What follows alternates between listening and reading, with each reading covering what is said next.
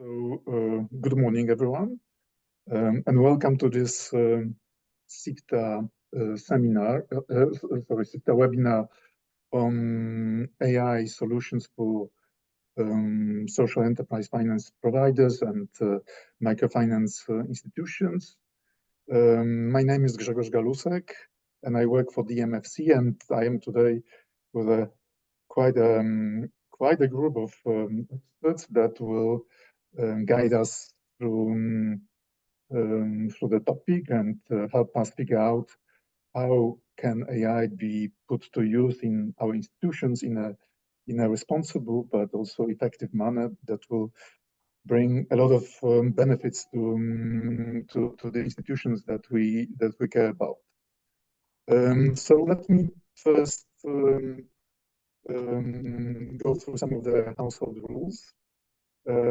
We have 90 minutes. We have scheduled 90 minutes for this webinar, but that's exclusive of questions and answers. So we reserve time for you to ask questions to the experts, and we strongly encourage you to do so. Of course, as in any other webinars of this type, you also can use the chat function for asking questions, and you can do that throughout the presentation. We also encourage you to actually present yourself. So if you want to use your voice to ask questions, you are absolutely free to do so. You probably have noted that this webinar is recorded. This is one of the requirements of the SIFTA program, and that is the sponsor of this webinar, about whom I'm going to tell you a few words in a minute. This recording also will allow us to post this webinar on the SIFTA and MFC website, so that the people can also benefit from it. And today we'll have three presentations that concern this topic, and we'll share the slides, the whole pack actually, after this webinar. So I have already mentioned our experts. We have three of them, and I would like them to introduce themselves briefly, and maybe each of you could also say your professional interest in AI. That would be great. So let me kick off with Andrzej Kravchenko, who is Senior Vice President and Partner at HES FinTech. Andrzej. Good morning, everybody, and thank you, Grzegorz. Pleasure to be here. Yes, my name is Andrzej Kravchenko. I'm Senior Vice President of HES FinTech. HES FinTech is a technology provider that has been working in the fintech space over the last 12 years. We are a technology partner to many financial institutions that are undergoing digital transformation. Our core competency is automation of loan origination and management, and also artificial intelligence and machine learning as part of our GiniMachine platform. And we have a colleague today. He will introduce himself as well. Just maybe a quick word.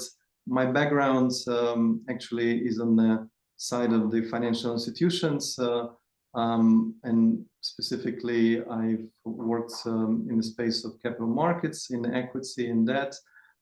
So kind of I was solving the challenge of resources for social finance enterprises. I think it's a very important challenge, very important task.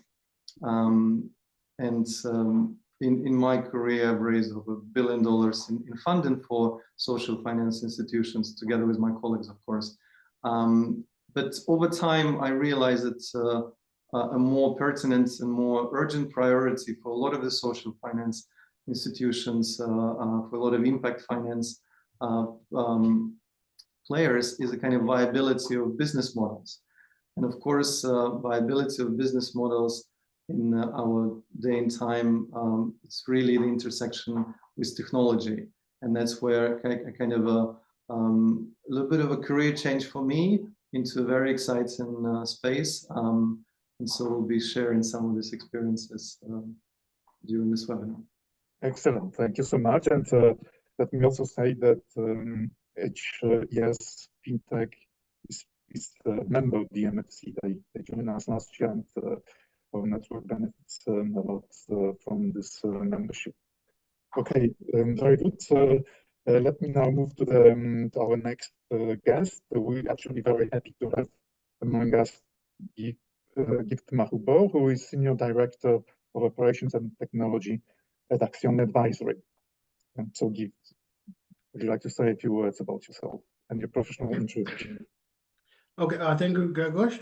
My name is Gift Mahubo. I've been working with Accion for quite a while, and we, as Accion, we focus mainly with interventions across quite a number of geographies, and the main focus is working with microfinance institutions and related platforms to be able to provide them with financial tools that allow them to be able to service their small business owners with tools that involve technology and also digital financial tools. So over the years, what has happened is that I think there's been quite a lot of focus on digital transformation and digitizing some of the operations that we see to make sure that the small businesses can actually be able to buy better, sell better, and also be able to have access to markets and access to finance. And within this journey, we, I mean, with microfinance, the journey has started with scores which were done either using very rudimental tools like your Excel, and later moving to databases and data warehouses. But what has started happening is that there's been an increased migration towards AI and machine learning, which allows the institutions to be able to use a lot of data that they have now managed to digitize to be able to make better decisions in terms of being able to attract the clients faster and be able to retain them. So in the work, in the interest of our interest, especially in the conversation that we're having today, is for us to be able to look at what are some of the trends that we see in the industry and be able to come up with tools that you can be able to use within your institutions and within the regulatory framework of the countries where you are coming from, and be able to have something that you can actually be able to use and be able to provide feedback to the industry. So our interest really is how can we be able to empower the industry to be able to use AI and machine learning for them to be able to serve the small business owners much better. So that's the interest, and I hope that what we're going to share would be helpful to the audience of this webinar. Thank you very much. I'm glad to be here. Thank you, Gift, and we're actually very keen to hear about this institutional update. We have limited knowledge as to what is really going on in the field, so looking forward to your and also Andres updates on that. And so finally, we also have Mark Rudak.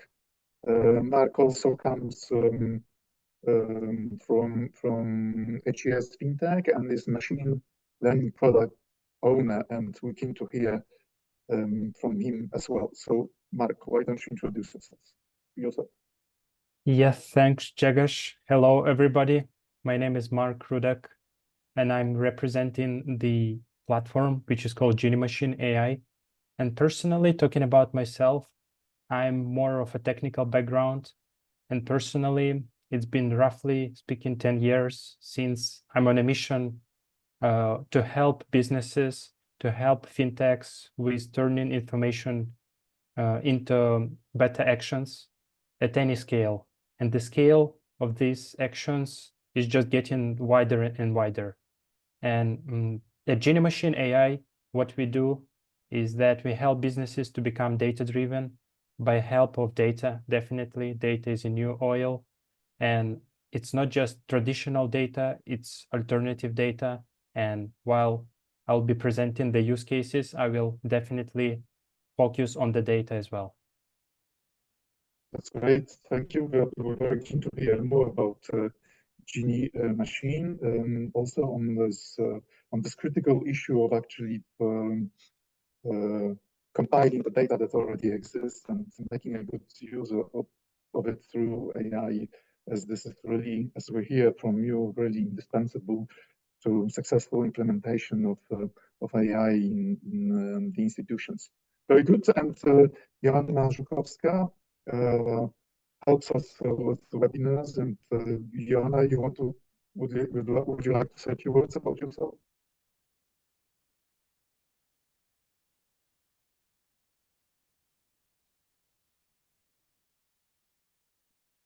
Hello, I am Joanna Żukowska, and I am responsible for SIFTA program at MFC.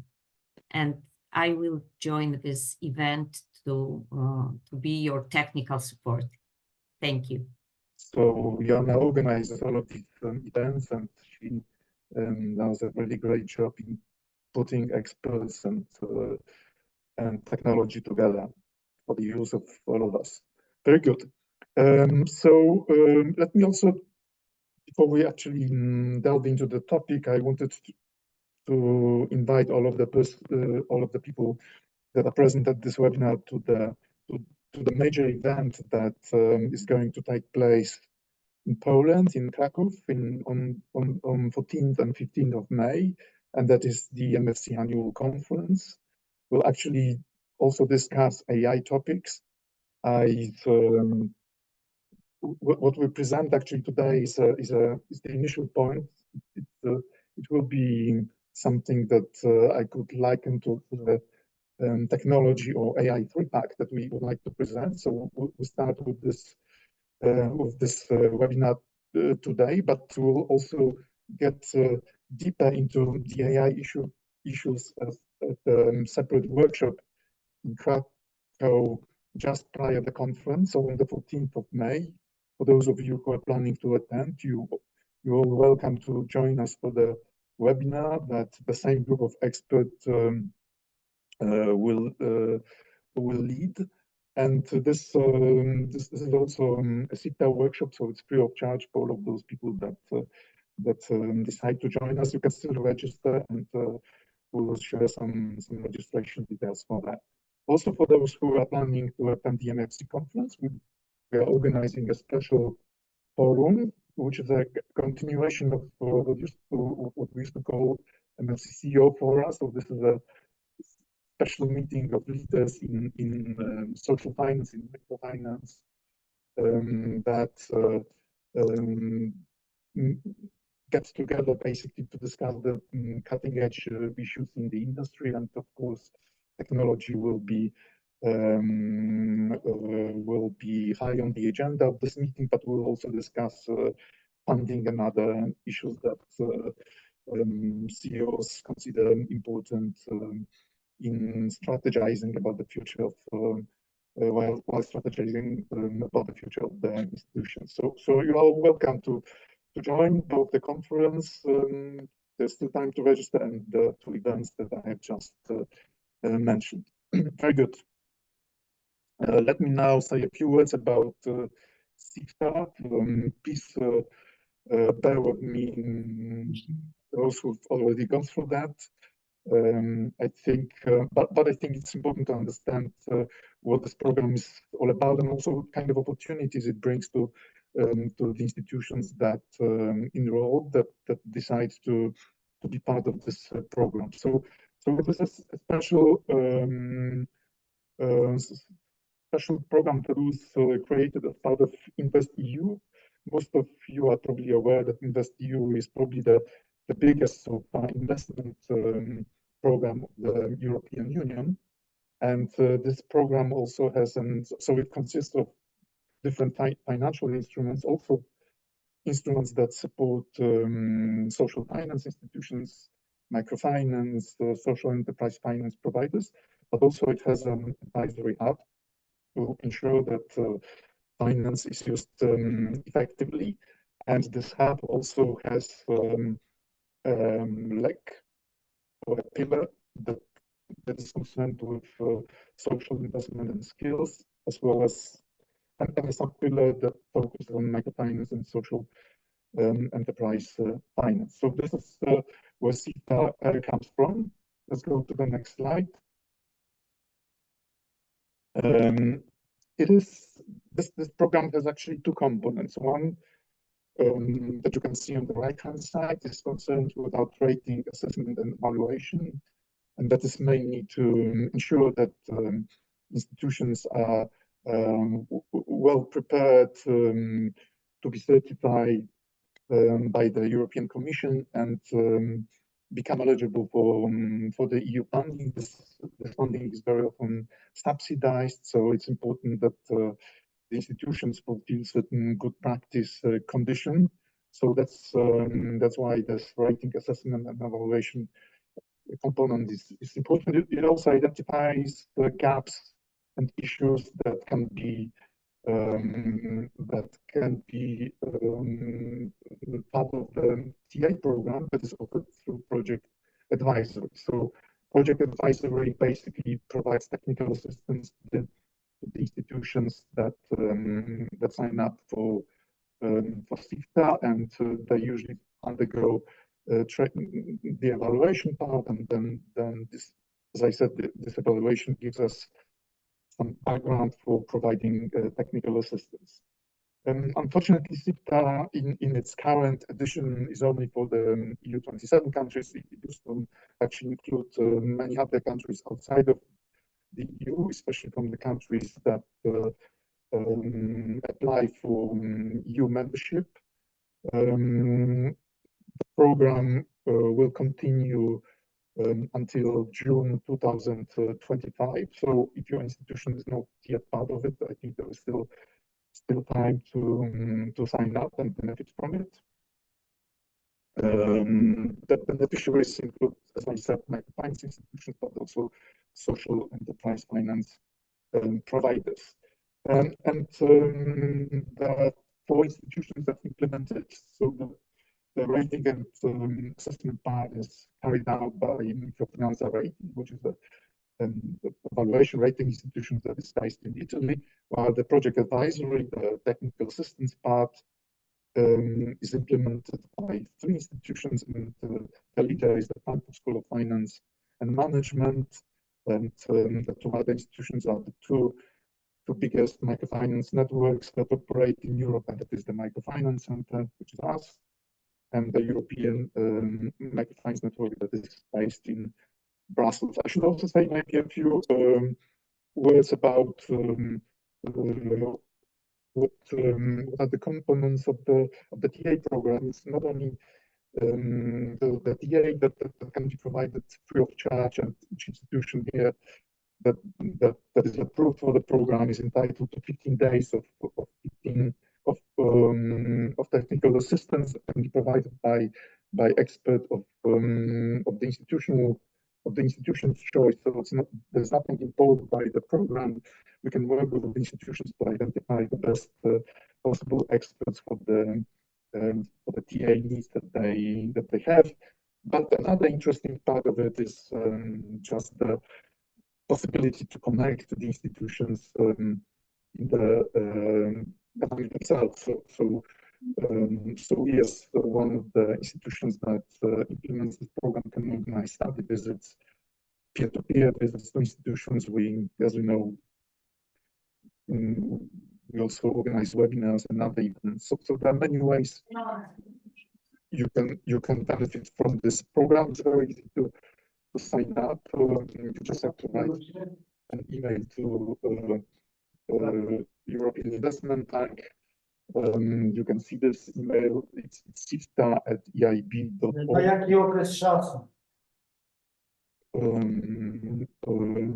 Okay, there's a question. Sorry, can you please ask the question? Okay.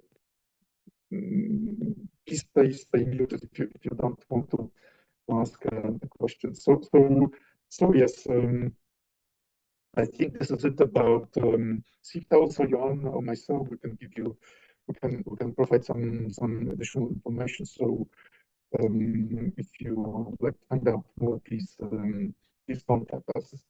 But now let's move to the webinar, to the core of today's business, and let's have a glance at the agenda. So we'll kick off with Gift. and who will talk about responsible AI principles and framework. Then Andre will say a few words about the status of adoption of AI among institutions, and also about some implications of AI Act adoption within the EU, while Mark will focus on practical use cases for microfinance and social finance institutions. So as you can see, we'll actually talk quite a lot about responsible AI, but as we all know, AI can perpetuate certain biases. So it's really important that from the very beginning, you actually have those ethical considerations in mind. Excellent. Gift, the floor is yours. All right. Perhaps 1 second. Perhaps I was just thinking if participants, I'm not sure how many of them will have about 20. If you could in the chat maybe introduce yourself and say your name and the institution you come from, maybe also indicate the country where it's based. I think that would be great for us. We can maybe come back to this information a little bit later. Okay, Gift, sorry about this interruption. Okay, no, thank you very much. Welcome to this. I know we are talking about a technical topic, so I will try to make sure that we keep it as very simple as much as possible, so that at least we can also be able to get everybody at the same wavelength. So I'll just briefly talk about, I represent an organization called Accion. So if you can move to the next slide, we'll quickly try and just go through this. So Accion is based in the United States.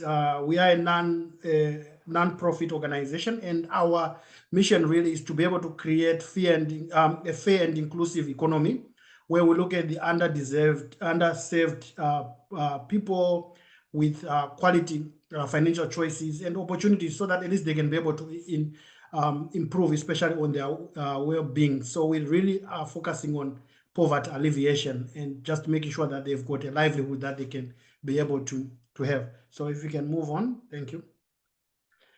Then in terms of, so what we are seeing globally is that financial services have changed with time. So you'd find that every financial institution has got market forces that are acting upon it. So market segments are changing. Technology literacy, technology use has improved in terms of what people are using on their day-to-day. Then there are industry forces that we see, economic forces, inflation, exchange rate changes that happen all over across the globe. Then one of the things which we are seeing, which is quite significant, is that the customer expectations have improved, because customers are using mobility solutions. They are active on the social media. You would find that the expectations have become different. Then financial literacy, I think there have been quite a lot of programs and initiatives that have been done globally to drive financial literacy, and I think they've been quite helpful. Then regulatory frameworks with some countries, and social and technology market influences, we see them affecting most of the institutions that you work with, or some that we are supporting. So what has been our intervention as Accion Advisory is really, we've been working with a lot of institutions to look at their digital transformation journey. How do we help along the way? You know your business better. We can come in and make some advice in terms of how you can be able to take advantages of some of these changes that are happening. Then we also looking at innovation. How can the institution be more innovative in ways that allow it to be able to respond to changes and be able to either save existing markets, bring new markets to the product, to the market. And then we also look at portfolio risk. I think anybody who is in the credit business always is looking at how do we manage the risk of our portfolio. So we've got tools that we've developed over the years, which we use to be able to identify and resolve problems, especially with portfolio risk. Then how do you target and identify more customers? How do we change from an organic growth of your customer acquisition to something exponential? So that's an area that we are looking at. access to financial services for customers. This could be through partnerships. This could be through ecosystem, being an ecosystem player within a particular market. So these are areas that we're looking at. Then we are also looking at how can we be able to help institutions develop their own products. So it could be an existing product that you want to drive adoption, or it could be a new product where it's targeting a particular market segment. How can we be able to use technology and data for us to be able to leverage that? Then obviously, how do we want to be able to improve on the efficiency in terms of serving customers? So these are areas that I'm just passing through quickly so that at least we can be able to go to the actual crux of the matter. So if you can move on, thank you. So how do we work? Accion works through 3 verticals. So we've got investment strategies. So we invest, we help build innovative companies with potential. So we do seed financing, we do startup financing, we also invest in microfinance institutions. So that's one pillar. Then we've got the advisory services, which is what I'm representing, where we work with partners to design and test and deploy affordable digital solutions, and we work through partners such as HES FinTech and also financial institutions who need to be able to deliver solutions. Then we also have got a thought leadership angle, which is I think most of you know it as Center of Financial Inclusion. We look at how we can be able to improve on the financial inclusion across the globe, and we work through the various regions of the world, LATAM, Africa, Asia, and Central Asia. So that's another area that we focus on. If you can move on, thank you.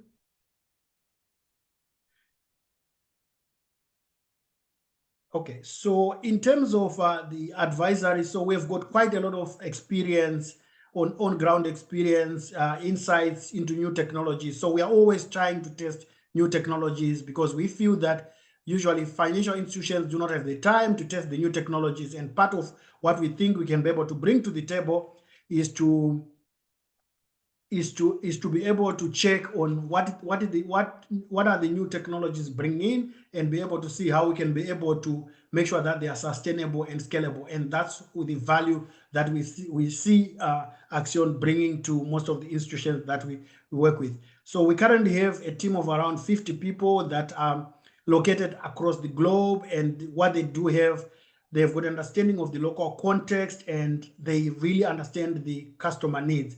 And what we have been doing has been to develop the expertise, especially on data analytics, artificial intelligence, machine learning, credit and customer strategy, so that we can actually be able to help the industry become better in serving the clients that they're focusing on. So we do have, in instances where we have got hands-on managerial and technical advisors that can actually work embedded within the institution to be able to provide the services and the technical expertise that is required. So that's I think in a short what we do within Accion. If you can move on, thank you. So this is really where, I mean, some of the partners that we're working with across the globe at this present moment. So we do have a presence in East Asia, we do have presence in Africa and in North America and Latin America, and also in Central Asia. There is a program that we're doing with Strive, which is MasterCard, in terms of within the Central Asia region. So we do have people sorry to interrupt you. Maybe it's not the topic, but it's actually an interesting program, okay. The one in Central Asia that has a digitalization component for the clients. So it's if someone is interested, I have some information. I will not ask Gift to give us more details. It's not a topic of this, but it's a very interesting example, and very innovative also one, how MFIs, how institutions that provide finance can also work with their clients to support them in their digitalization process. But sorry for this interruption. No, thank you very much. I think it's very important. I think if there are any financial institutions within that region who like to be able to work with Strive, I think there are opportunities to be able to digitize the small business owners, the smallholder farmers, women entrepreneurs, for them to actually use digital tools, for them to be able to access new markets, access finance, and also be able to do their manufacturing much better and selling much better. So if you can move on, thank you.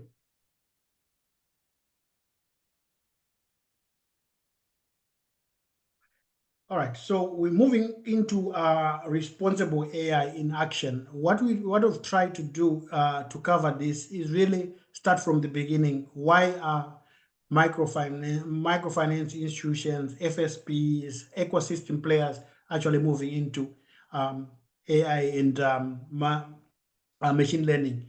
So what we see and what are some of the benefits that have been that organizations have been able to get is they can be able to, but by using the data that they currently have and using AI, they can be able to cross-sell and upsell. So which means if you have got an existing product and you want to be able to sell it to new markets, or you want to be able to sell it to existing clients, then it gives you insights, data insights that allow you to be able to see how you can make the product more sustainable and more scalable.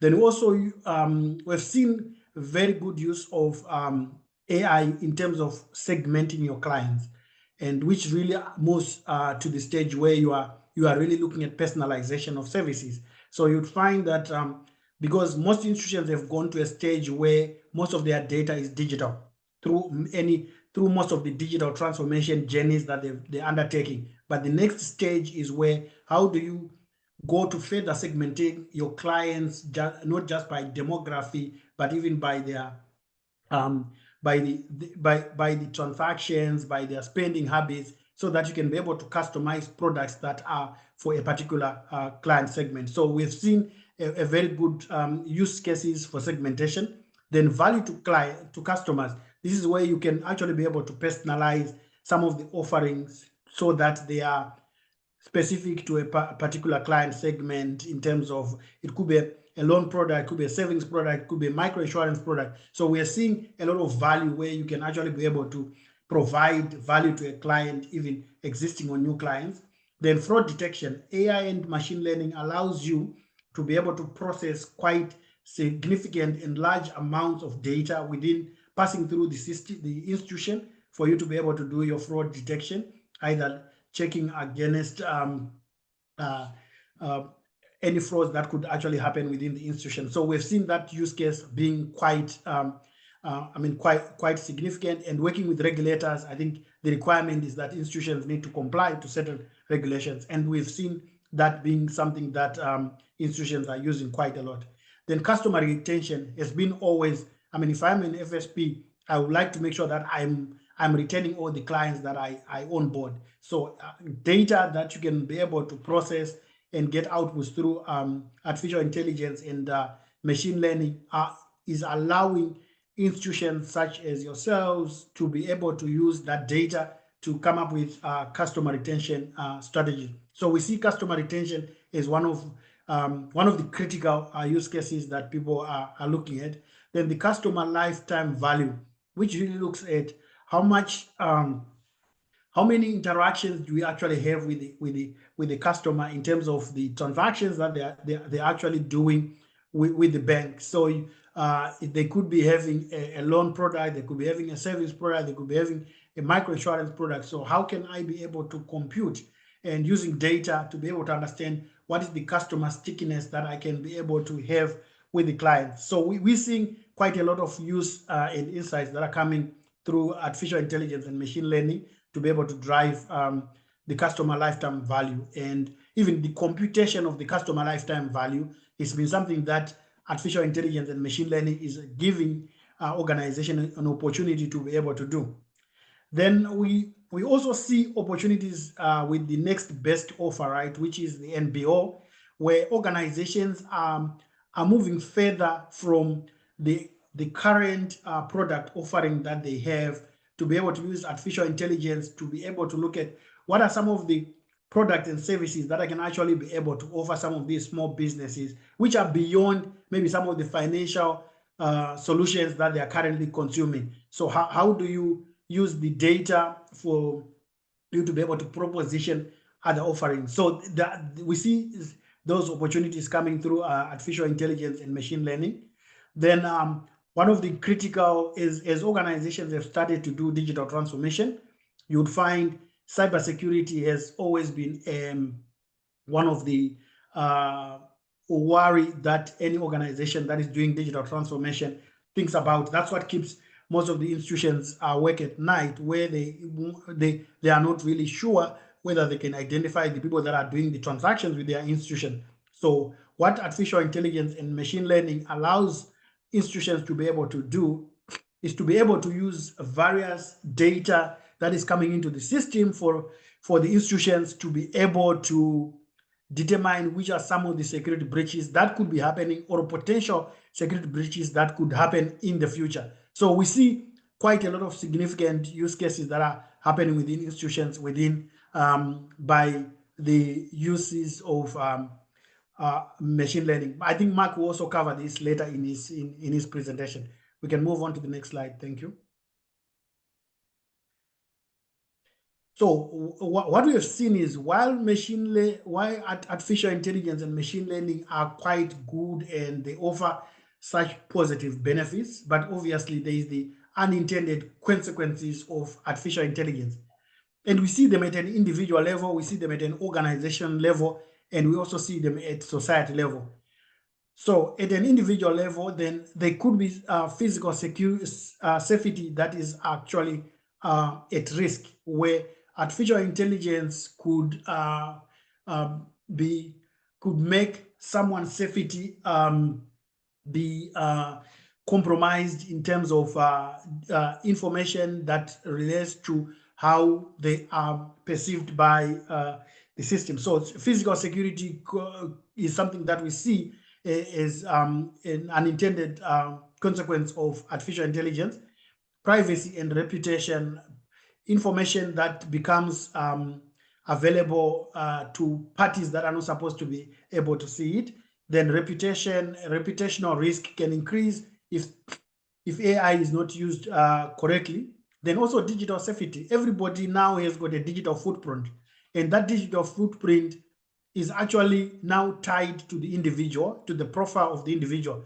So if that digital safety is at any given time compromised, then the individual is no longer as safe as they used to be. So the artificial intelligence can actually be able to expose the digital safety of an individual. Financial health.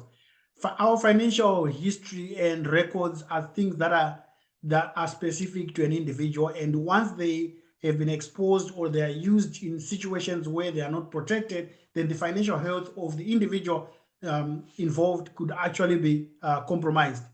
Then equity and fair treatment. What we have seen is the way artificial intelligence algorithms are structured, they can actually they can cause inequity, right? In terms of if the data has a bias, then there could be some problems with equity, and also the treatment of how you deal with, could be minorities, it could be people with various orientations. So it always, because the data that is coming through maybe does not have the same diversity, so it might actually be, it might actually cause problems with equity and also the fair treatment of individuals.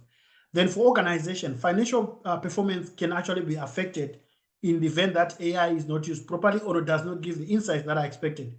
Then even non-financial performance, they have non-financial indicators that an organization is tracking, and if AI is not used properly, then those also can be, there could be a compromise at that level. Legal and compliance. Legally, how are we making sure that AI and ML is operating within the legal and compliance levels of the countries where it has been deployed? Then the reputational integrity. We see issues with organizations where the organizational reputational integrity can actually be compromised in the event that AI or machine learning is not used for the intended results, or there are challenges and negative insights are actually picked from the use of AI.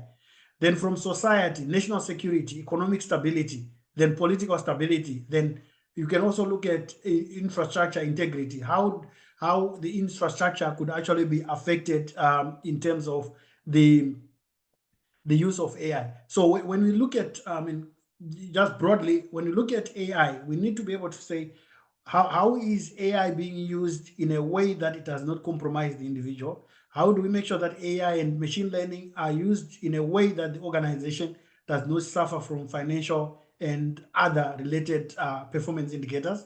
Then society, how can we make sure that society is protected from AI's use and the insights that we get from AI?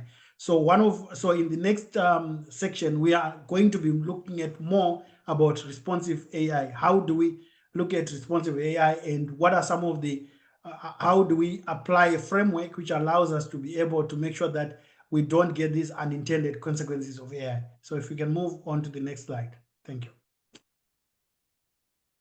So responsible AI, what does it mean and how does it affect us?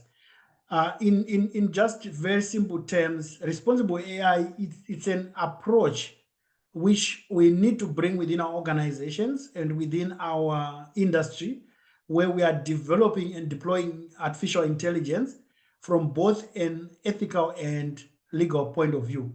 And the goal of responsible AI, which we are talking about, is to be able to employ AI and machine learning in a safe, trustworthy, and ethical fashion so that it does not affect individuals or organizations that are using AI. And as such, some of you are aware of this. There are what are called responsible AI principles, and they cover 5 areas, which is fairness. The AI systems that have been enabled, are they not making decisions that discriminate against a group of people or peoples? Then accountability. When you are whoever is implementing AI, who are the developers and the users who are putting in the data, are we making sure that their own biases are not built into these systems and algorithms? Then obviously we would like to be able to open this black box in terms of transparency. What is involved in the algorithms that are bringing out these outputs? So transparency would require the organization. You could be working through third parties that are doing your AI and machine learning on your behalf. They need to be able to provide with the transparency which allows the organization to be able to understand how AI was built. Then privacy. The AI deals with data, and data has got people that own that data. So how do we make sure that we are protecting the personal information that is being used by AI to make sure that overall the algorithm does not expose the information that is being used, and that information is still in the state and format at which it was provided. Then safety. How do we make sure that we are protecting the individuals and the society in the design and the use of AI? This entails how do we protect the individual, how do we protect the society in the use of AI? Then what we've done is, I think some of you have seen this before. You can actually be able to measure the responsive AI maturity levels of your own organization just based on some of the descriptions that we see. And what we see is there are 3 levels of the deployment of responsible AI within an organization. So in most cases, an organization could just be baseline. You're just thinking about AI, but you have never really come up with policies and procedures of how to do it. Then it moves on to a stage where maybe there's been some policies that have happened, so it's emerging. Then you go to a stage where it's developing. There's a good understanding of responsible AI within the institution. Policies and frameworks have been put in place. Then an organization can actually move to a stage where it's leading. Leading is most probably the North Star, where we are looking at an organization that has got a very good understanding of responsive AI within the organization, and it has already talked to the targeted employees that they understand that we are deploying AI within the institution, and this is the way we are looking at it. And all the principles are covered in terms of your fairness, privacy, security, accuracy, and they have been addressed in terms of everybody is comfortable that all the areas and concerns and the risks that are associated with AI have been covered. Then we also have got continuous risk assessments that are going through the institution to make sure that AI is not bringing another risk within the institution. Then we also have got diverse and a lot of stakeholders that have been involved. So you can, I think as you go to your institutions, maybe after this webinar, you can be able to see at which level of maturity your organization is, and that could also be able to give you indications of what are some of the things that you could actually be able to do to make sure that your organization is ready to be able to take advantage of the innovations that AI and machine learning actually provide. We can move on. Thank you. Sorry. So what we would like to be able to share with this group is a framework that we have been working on and that we are sharing with the industry, which focuses on three major areas. What is the AI strategy, which is the design and planning? What is the data that we see passing through the AI the applications that are using AI machine learning? And what are the algorithms that the institutions are using? Then the deployment and the governance. So in terms of, so within the framework, we are looking at what are some of the things that we focus on. So for the strategy, I think the most important thing that an organization needs to do is to look at what are the use cases that we are trying to have. So in terms of identifying what are you trying to use the AI for? Is it for client, for customer retention? Then from there, what we can be able to identify what are the risk and impact, the risk and impact assessment. How does it bring in risk within the organization?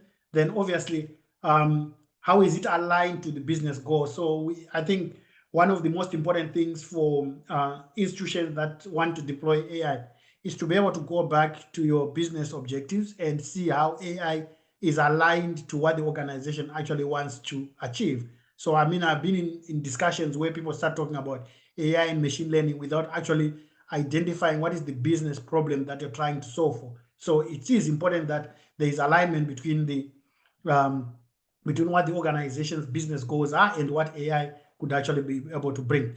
Then design thinking is really important. I mean, it's really how do you align what you're trying to solve for with some of the tools and solutions that are available. AI could be one of the solutions. AI might not be a solution that you require, but design thinking allows you to be able to think through that whole process. Then obviously the resource requirements. AI has got requirements that we need to be able to look at. What is the infrastructure that is required before you decide you want to do AI? What are the systems and what are the people? And I think there are statistics that show that 78% of the artificial intelligence and machine learning projects actually fail. Why? Because organizations cannot invest in having people that are trained in AI and artificial intelligence, because they in machine learning, because these are new trends, and sometimes you don't really have enough bandwidth for you to be able to do that. So do you partner, do you outsource? So these are some of the decisions that we see institutions needing to focus on.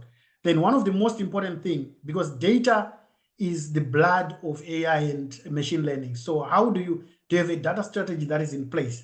Where is the data sourced from? Where do you get it? How do you collect it? Then managing, how do you make sure that the data can be converted to make sure that the data preparation, the data cleanup, then is the data testing for quality bias and is it fit for purpose? Then what are some of the data policies that exist within the institution? And we see regulation as well. Within every industry, within every country, there are always regulations that differ, and it's important that as you start deploying your AI solutions, you understand where what does the regulation talk about in terms of the data. Then the data documentation, we see sometimes it's easy to just say we have got the data, but you need to be able to document the data and have an institutional knowledge of where the data exists, who is using the data, who is the owner of the data, and how to make sure that the data can be made available and when it is actually required. Then on the algorithm, which is the black box that people talk about, right? Because that's quite technical. What is the set logic and instructions? Even if you have got developers within your institution, they need to be able to put it in simple terms. What is it that it's doing? then how does it connect all these data sets? What are the data sets that are being used to be able to come up with the models, right? So the data models, then after the models, then how do we build and test these models and check on the results? Then how do we apply accuracy and bias thresholds? So thresholds should be set to be able to say, these are things that this is what we are seeing, but we don't have data for maybe for this particular demographic or particular class of people. How do we make sure that we have got thresholds that we are putting in place so that we are not going to be using AI to exclusively deny other people's services, either to financial products? So then you also need to model and also document the outputs to say, so that anybody who is coming in and looking at AI that has been deployed within your organization, they should be able to pick a very simple document that allows them to be able to understand what exactly AI is, how AI is being used. Then finally, which is most important, right, about deployment and governance, which really drives your scalability, your sustainability and scalability. How are we making sure that the AI that we have and machine learning platforms that we are bringing in, how do we make sure that we are testing them adequately before we release them into production? And how do we make sure that if there is a drift on the model and the model is not giving us what we're expecting as our results, how do we manage the model drift and the data drift?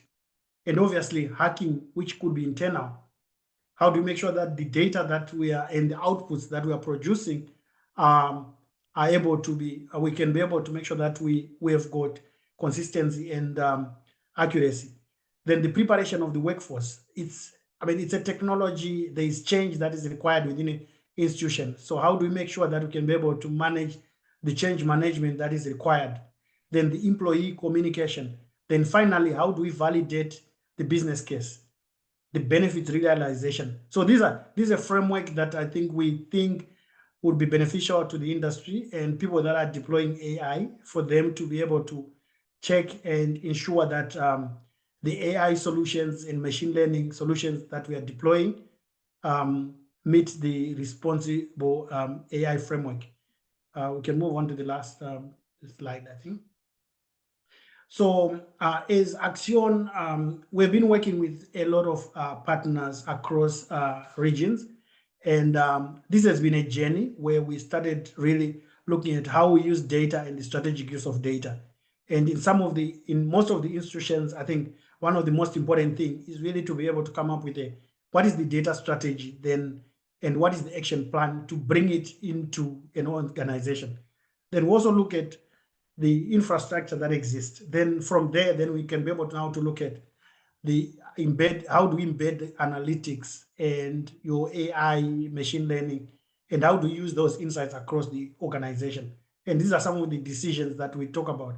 How to use the predictive analytics and the credit scores for better decision making, whether it's a collection and delinquency management. Every institution would like to be able to see what is the best, it needs to determine on its own what is the best use of some of these strategies and also some of these technologies that we see coming through. And so these are the partner organizations that we've worked with across the globe. Some of them are in Latin America, some of them are within Central Asia. But and we believe that with the work that we are doing and also the work that SIFTA is doing, there will be more adoption of AI and machine learning, either through outsourcing and working with some partners such as HES FinTech. I think, thank you. I hope I have not taken a lot of the time. No, that was superb. Thank you, Gift. And so I wonder if there are any questions at this stage.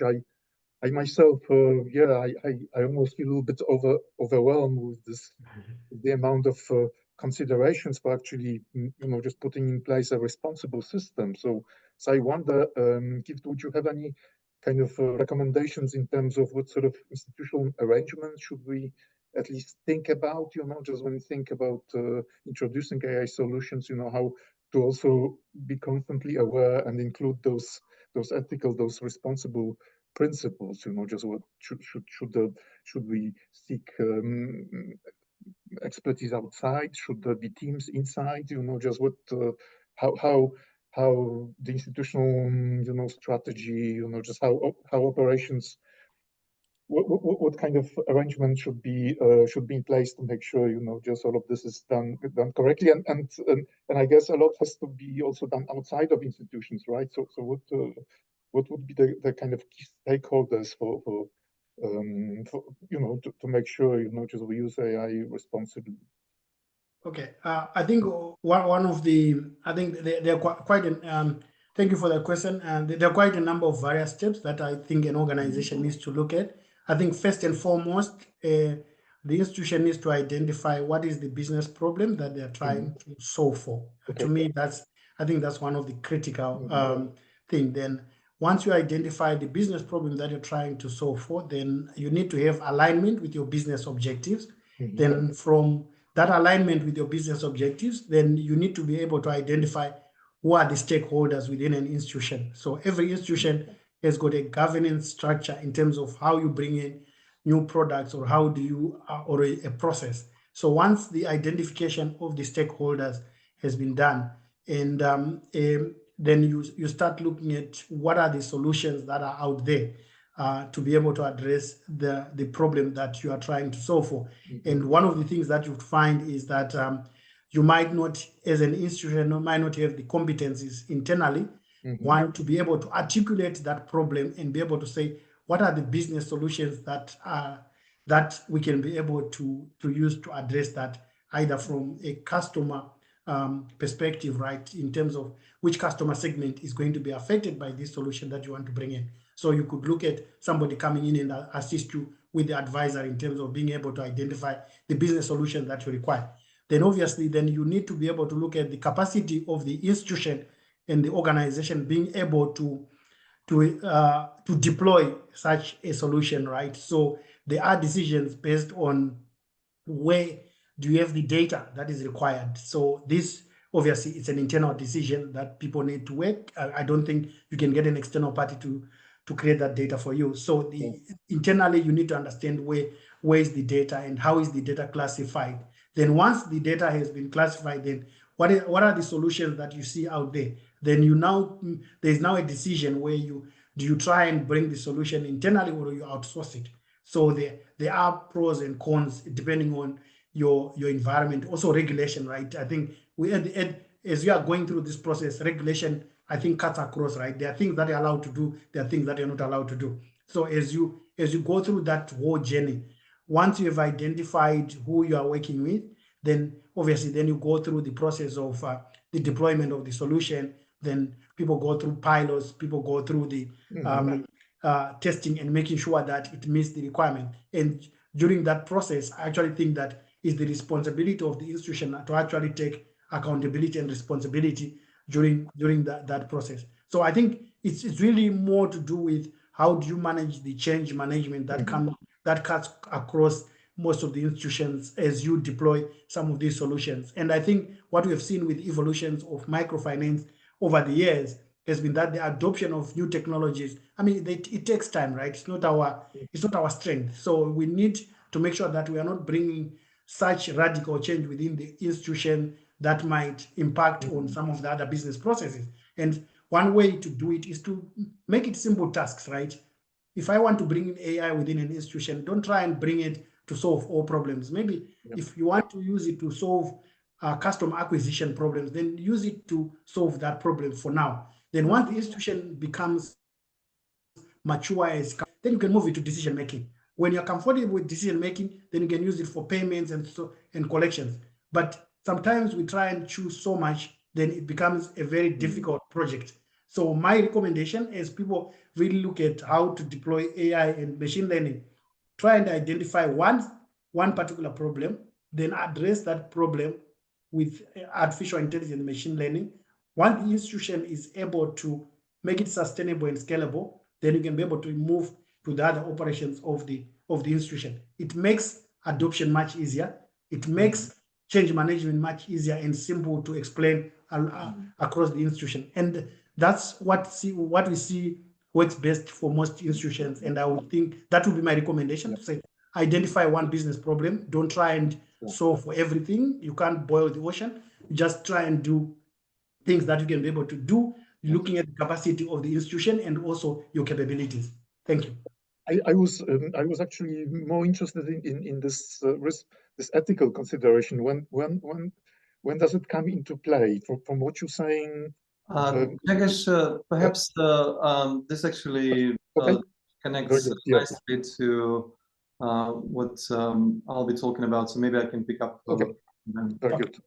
All right. Thank you very much. Good then. Thank you, Gift. And yes, before we actually move to Andre, we would like to ask you a question, and maybe we have prepared a special poll. So I hope we can show it to you right now.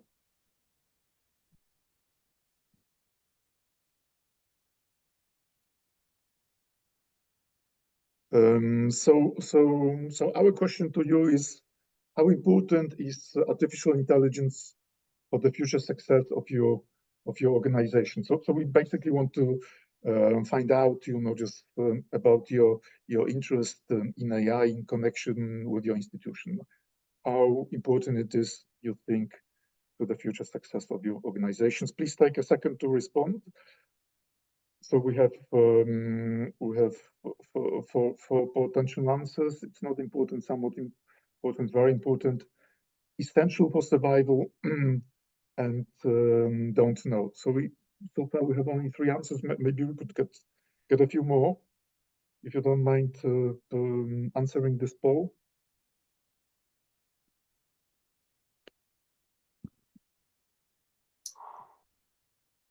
Okay, so I think I can pick up from here as people answer this question.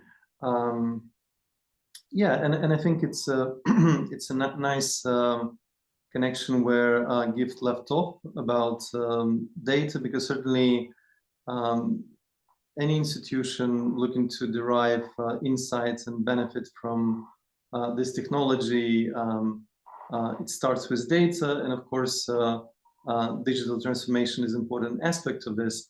And of course we're talking about this subject and importance of this subject to social finance institutions, and the premise of this is that it is an important important subject for the prospects of this industry.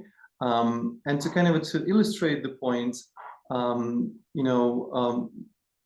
we're using the findings from KPMG 2023 Global Tech Reports.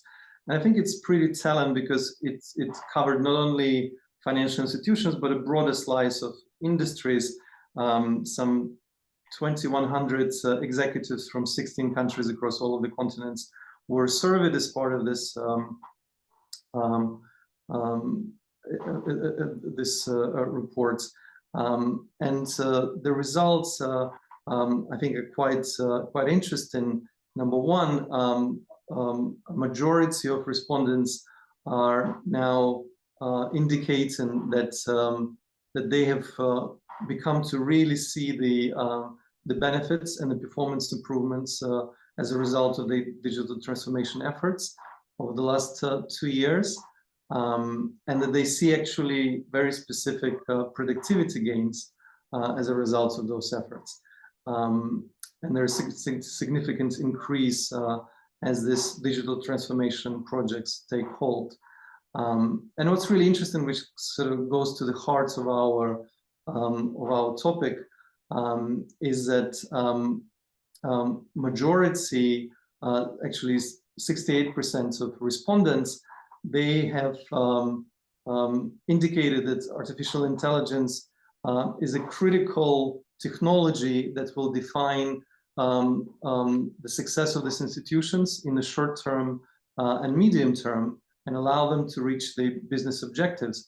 And AI certainly topped other very sort of groundbreaking and important technologies like edge computing, robotics, quantum computing, 5G, and the rest of them. So it certainly, I think, illustrates the point that we are talking about a very relevant subject. I think a couple of other insights from the report that I think important to mention, that success of adoption of this technology certainly rests with involvement of senior leadership of institutions. So rarely do projects in this space succeed when they're driven just by technical experts. You really have to have involvement from the boards and from senior management, and it's important to have expertise at that level so that your board members and your leaders in the C-level positions are able to have a robust conversation on the subject. And generally, so one of the insights from the report that there is increased rate of buy-in from senior leadership of companies in emerging tech, meaning that really all of the companies and senior leadership of the companies are really paying attention to the space. That's number one. And number two, the projects in the space, they're only successful when there is a strong level of coordination and alignment of all of the stakeholders. So that's an important insight from the report. And so we can then go to the next slide. And really talk about how the regulatory framework for AI is emerging, and maybe just a kind of as an interesting historic fact that might be interesting to our participants. Obviously, AI is a very young industry. The broad adoption of this technology, we have seen it over the course of the last 10 years or so. But sort of an official birth date of AI as a technology, as a field of study, is traced back to a conference at Dartmouth College in the summer of 1956. And some of the luminaries of the time, like Marvin Minsky, who founded MIT AI lab in 1959, were there at this kind of event. And that's where the field of research started for AI. And actually, AI kind of experienced its sort of a cold winter when there was a lack of interest in the 70s and the 80s, or lack of funding. And then it sort of gradually evolved. And certainly big drivers of this technology evolution were big data, really advances in deep learning and neural networks, cloud computing, and open source AI frameworks that really allowed a lot of researchers, a lot of developers, a lot of scientists to collaborate. And then obviously the industry evolved rapidly. And so Gift was talking about really an industry-led effort in terms of defining what the responsible, equitable, ethical AI should be. And there were some notable industry and efforts, such as a partnership on AI, which was founded by all of the big tech companies like Google, Facebook, Amazon. There is a lot of involvement of academic research and NGOs in the space. And certainly Accion Center for Financial Inclusion is one of the thought leaders on the topic in this industry. And that was an important sort of a self-regulation effort, and this effort continues. But obviously, now we're seeing that regulators are stepping in, and they're really asserting their role in the space, because the realization that this technology is really making a big impact. So European AI Act was first proposed by the European Commission on April 21st, and in 2021, and finally adopted and passed just back in March in 2024. And it establishes sort of a common regulatory framework for AI at the European Union. And of course, it sets out some very important goals for this. So it ensures that European market for AI is safe and respect public rights. It provides legal certainty for investment in the space, and really facilitates governance and enforcement of ethics and safety requirements, and of course the development of the broader European Union market. And of course, the concern here that this kind of a regulatory framework that we don't throw the baby out with the water, that the regulation doesn't stifle innovation.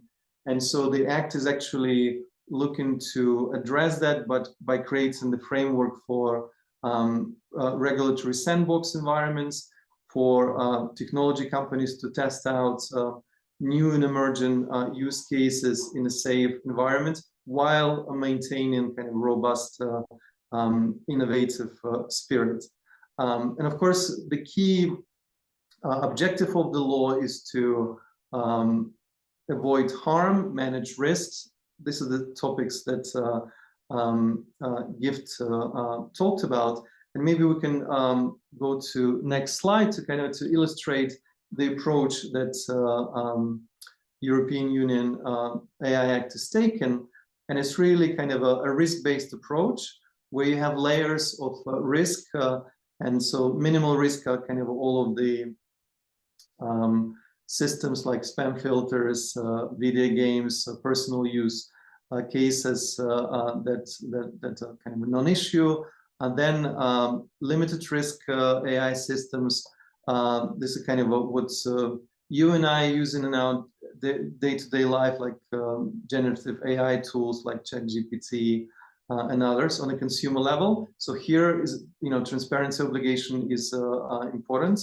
And our industry, financial services, sits in a high risk category, which is eligibility for credit. There are other important areas, but I'll focus on the credit side.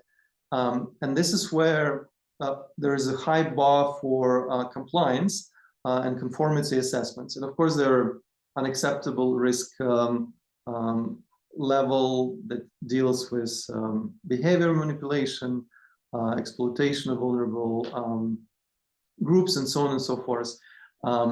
And so, the question is, so who does this act gonna impact? And the answer, I have to say, pretty much everybody who is involved in the AI space.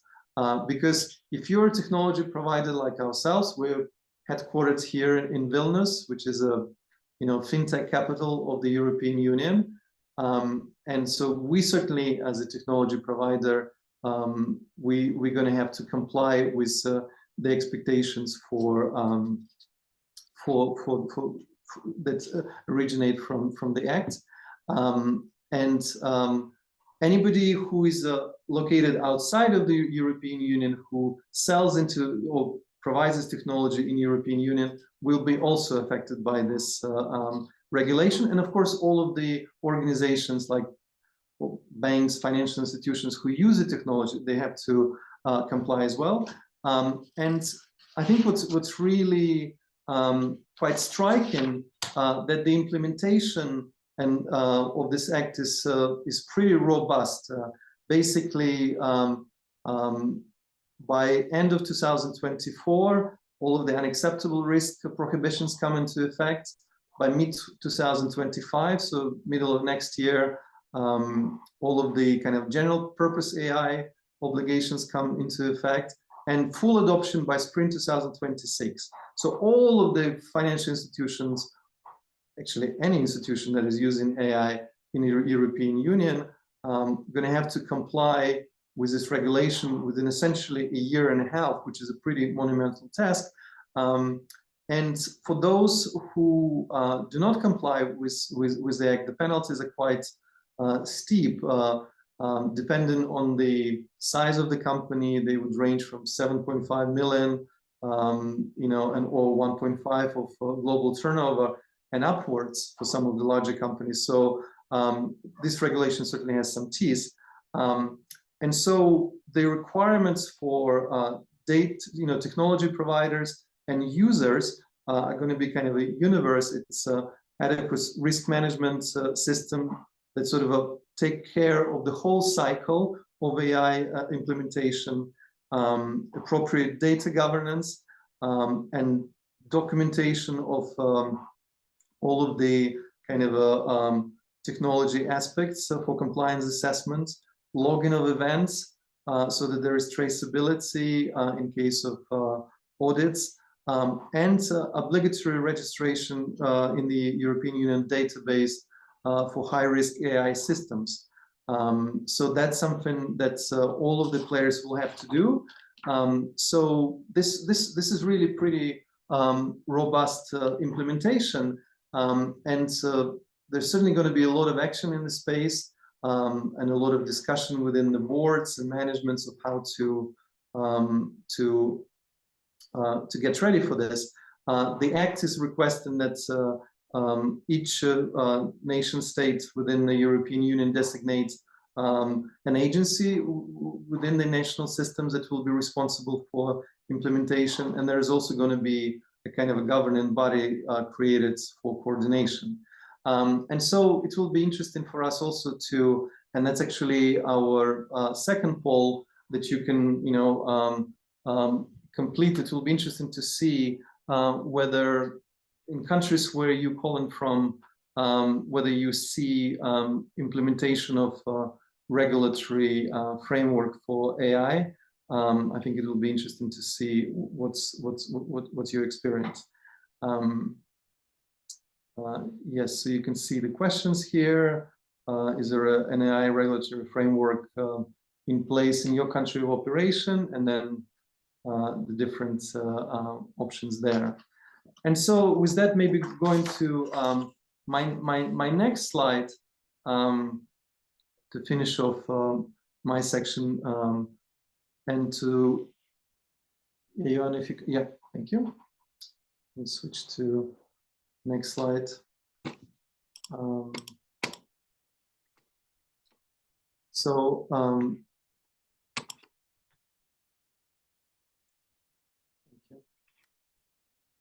close off the polls. I can, yeah. So I wanted to talk a little bit about the aspect of this technology as it relates to financial inclusion, and also some maybe practical insights of how companies can go about it. And Gift actually spoke about it for a little bit, and I'll just add to that.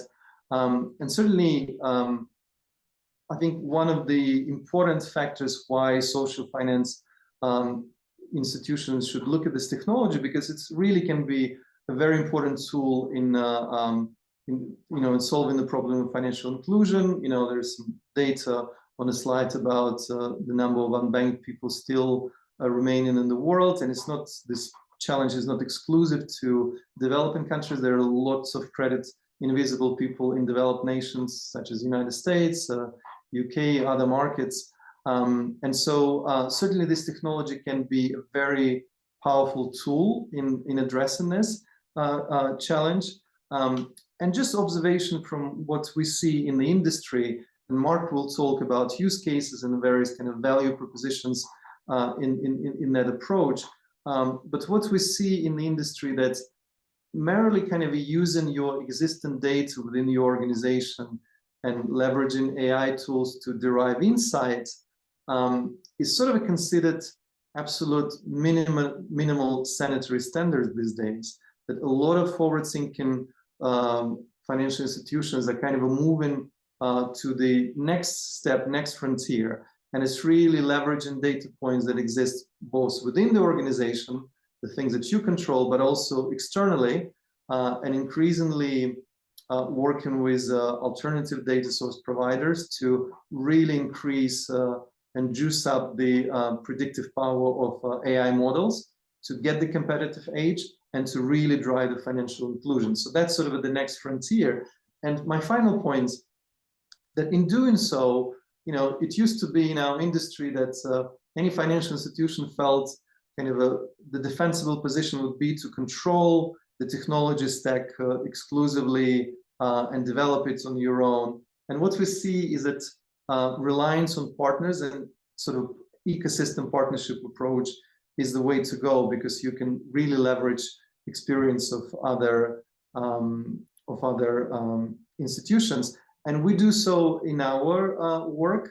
We have our own AI machine learning ecosystem of various parts, and this is by no means an exhaustive list. Of course, GiniMachine, which is part of our platform, and Mark will talk about it, but also we work with companies that are alternative data providers. Examples here, Edge from United States, CreditLab, which is a global fintech that works with behavioral metadata and really helps to to really increase the predictive strengths of models. And my final thought would be, and it's kind of the phrase that I run into about AI, that AI is a co-pilot to human judgment. And I think this is the right way to look at it, to really use it as an input that allows your risk managers to arrive to better decisions. And with that, I know we're running a little bit behind timeline. I'll turn it over to Mark. Thank you. Okay, so super. Thank you so much, Andre. And I think it was very, very enlightening and especially interesting to hear about this first worldwide regulation effort. One quick question I would have is, how does all of this actually relate to this whole conversation that we have had for so many years about technological transformation? Is it how do we treat this in terms of our strategies? Do we combine them? Is it something separate coming with separate just group of providers, regulations, things like that? How do you see that? Yeah, I think it's a great question, and I think the answer is that this reality is already here. It's not enough to talk about digital transformation, data, AI. I think if you're not getting your feet wet right now, I think the pace of innovation is accelerating, and companies that are leveraging these technologies are really gonna create a lot of competitive pressure to legacy institutions. So I think the time is now to really get into this space and learn. And I think it's a kind of a natural progression. You have your digital transformation, your data management, your AI, and that's a sort of a sequence. And even when you look at the evolution of the regulatory framework, first you had the GDPR in European Union, General Data Protection Regulation. So sort of a European Union looking at the data as a first starting point, and then AI regulation. And I think this is a sort of a trend in line that all of the institutions should follow. And I think it's time to implement, not just talk about it. Okay, super. Thank you so much. Thank you, guys, participating in this webinar for introducing yourselves. Not all of you actually presented yourself in the chat function, but I noticed we have some colleagues from partner from Bosnia-Herzegovina, from Bielsko-Biała in Poland, Center for Entrepreneurship Support. We have European Center for Social Finance, Munich, with a remark that they have been working on this topic for several years, which that's interesting. It would be actually interesting to find out more. And we also have a note from Kardica Bank in Greece. I also noticed colleagues from North Macedonia and other countries. So thank you for that. Okay, good. Before we allow actually Mark to speak, you have to bear with me, Mark, for 1 more minute. We also have one more poll, and that we would like to find out a little bit more whether you're working on certain AI solutions in your institution. So Joanna, can we have the next poll, please?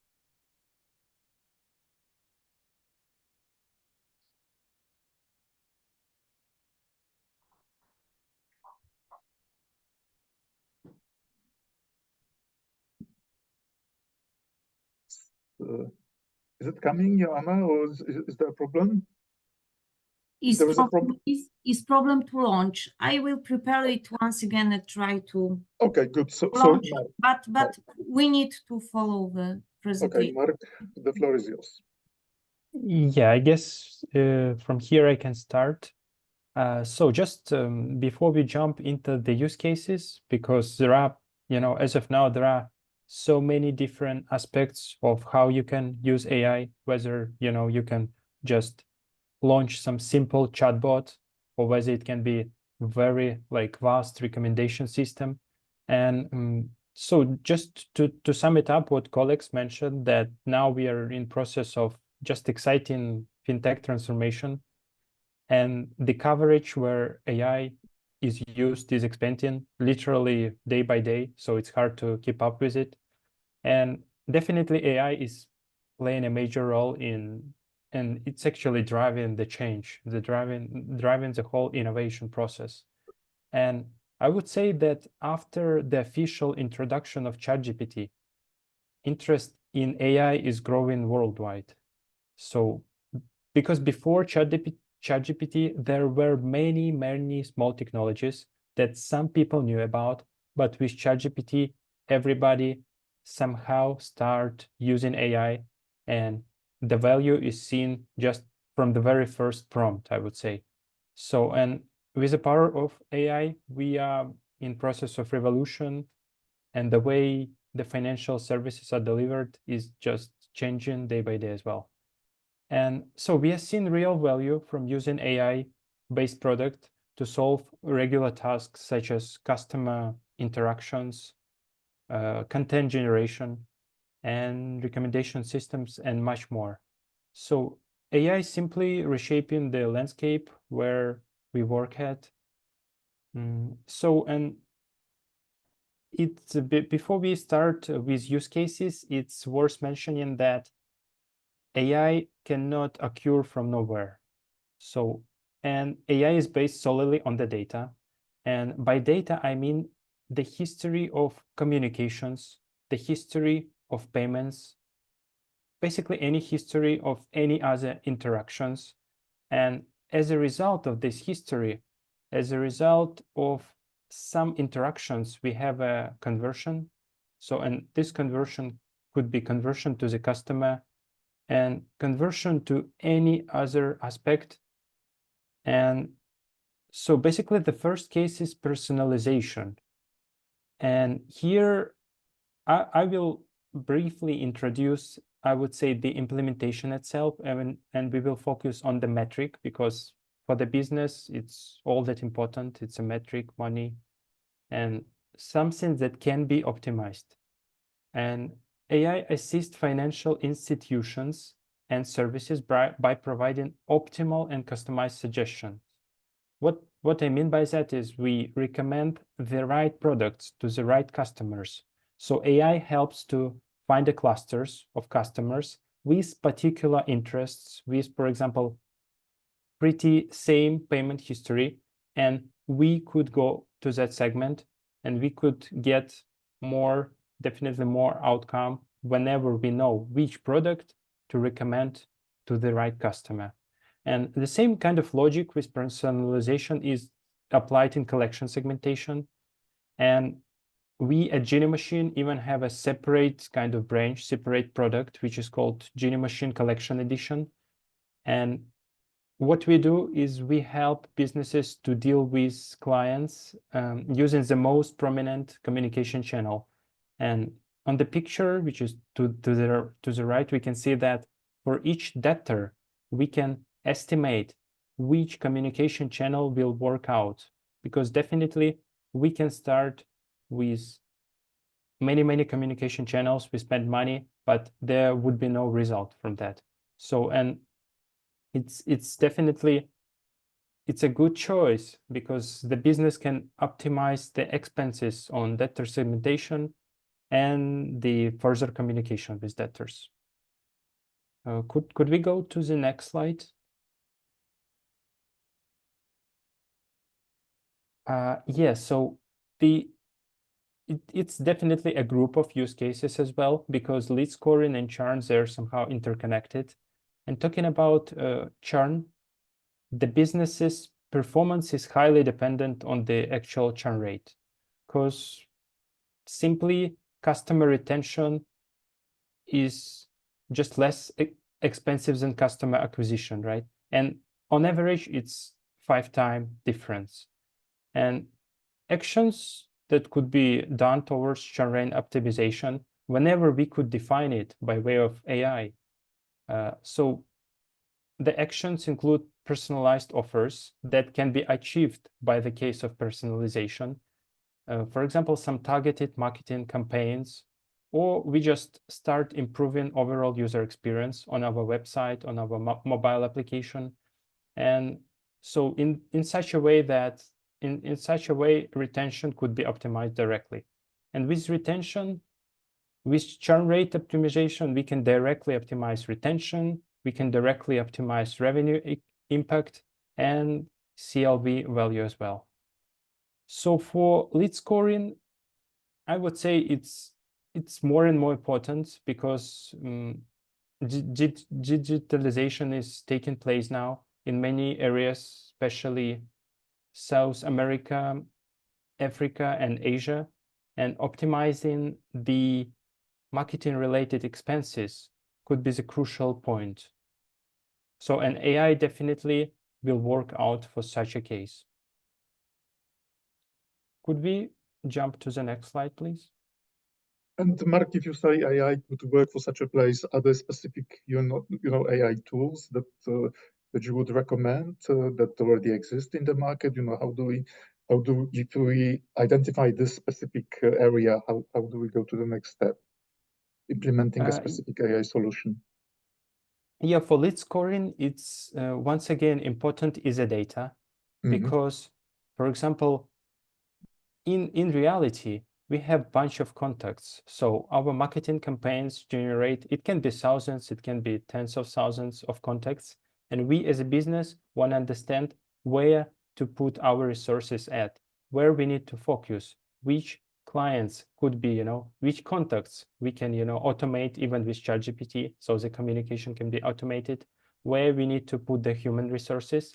And we need to do some kind of A/B test here. So we need to try different approaches. We need to try probably rule-based approach in order to start collecting the information. And after, for example, few rounds of estimations where we have a signal, which contacts potentially will become a customer. So we kind of accumulate this information. And as a result, we have a history where we see which contacts transfer to the particular stage, whether it's lead, whether it's a customer.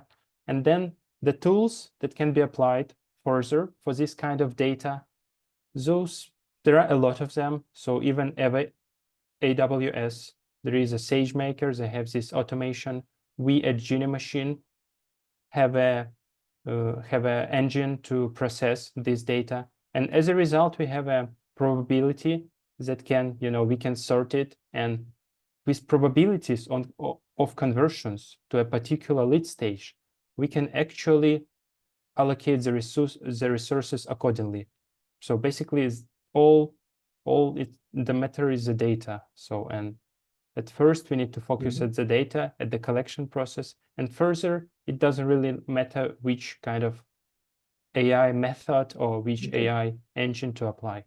Okay, super, thanks. Thank you. So the third group of use cases is down to fraud detection, alternative credit scoring, and routine task automation. And for fraud detection is becoming more and more crucial, I would say, because at some markets, the amount of fraud is reaching 30% as of now. And with help of analysis of vast amount of transactional data, it's just getting much easier to detect some unusual behavioral patterns. And moreover, as of now, techniques like biometric or facial recognition can safeguard us from fraudulent attempts. But still, the fraudsters, they change their tactics so rapidly that if we use some rule-based approach or manual kind of estimation, it's just hard to keep up with these techniques from fraudsters. And I would say that giants like PayPal or MasterCard, they already deployed such ML engines, AI algorithms. And what's more important, that this AI can kind of update at real time.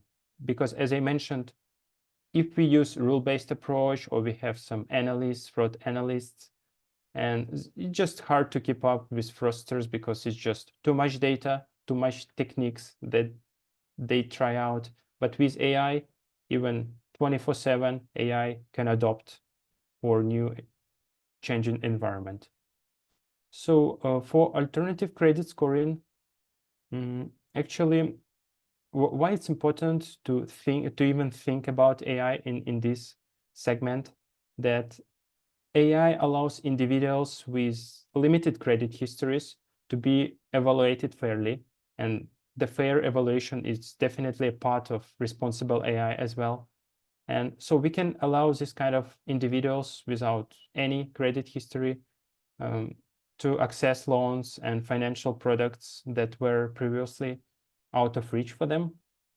And with help of alternative data providers, such as financial activity, web presence, or even social media data, the effective shift to AI in credit scoring is even closer to us.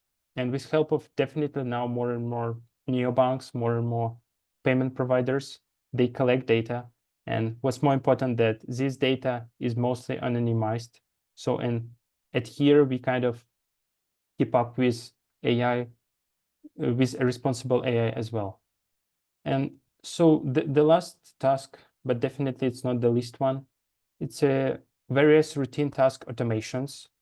And so definitely here, the third thing that comes into mind, it's different chatbots. And with chatbots, and the most kind of famous one is ChatGPT, but definitely ChatGPT is kind of too general. We can collect our own data, collect, for example, the responses from our clients, the responses from our leads, and we can actually build our separate language model. And this model will be more centered towards our clients, towards everybody we work with.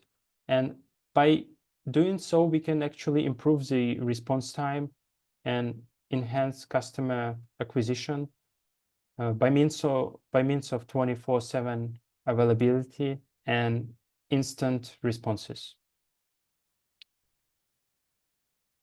Yeah, I guess we got a question from the audience, right?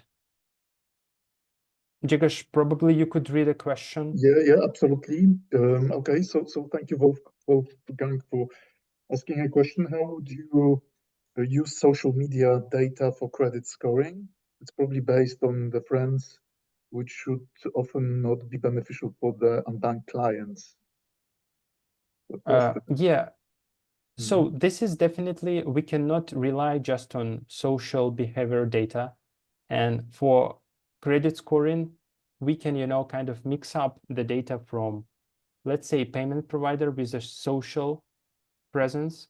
And definitely whenever we build a model, we try to adopt AI and the web presence data is presented. We need to look at attribute importance, because if, for example, the top factor which influence the payment behavior is the number of friends in Facebook, so we cannot rely on this kind of model. Probably it's just a simple noise, but usually, some more kind of higher level interconnections can occur. For example, the number of friends or the number of posts can kind of show us that this kind of client is, I would say, this kind of client is active in such a way that it's not a fraud. For example, if you're talking about, digital lending, but in banks, mostly web social presence data, it's not so much important as of now. Yeah, probably. And Mark, maybe I can add to this. And actually, just so happened that I had a meeting with our partners Credit Lab here in Vilnius yesterday, and that was specifically, this subject was discussed. And I think importantly for alternative data providers, for web presence, mobile app presence, those things kind of should be viewed as an extra contribution to your credit underwriting, because essentially a lot of this data points, and there are literally thousands of data points that they collect. It's not as kind of as simple as, well, how many friends do you have or how many likes do you put. There are lots of data points that are being collected, and the insight are established related to fraud, but generally speaking, in the totality of your presence, the sort of the likelihood of repayments is analyzed. And importantly to say that this becomes kind of an extra data point insight that is then added to your any number of tools that a microfinance institution is using, rule-based scoring. You certainly use that, and then many microfinance institutions kind of solve this credit invisibility scoring by very high touch, very involved, and certainly expensive underwriting involving analysis, cash flow analysis of the underlying businesses.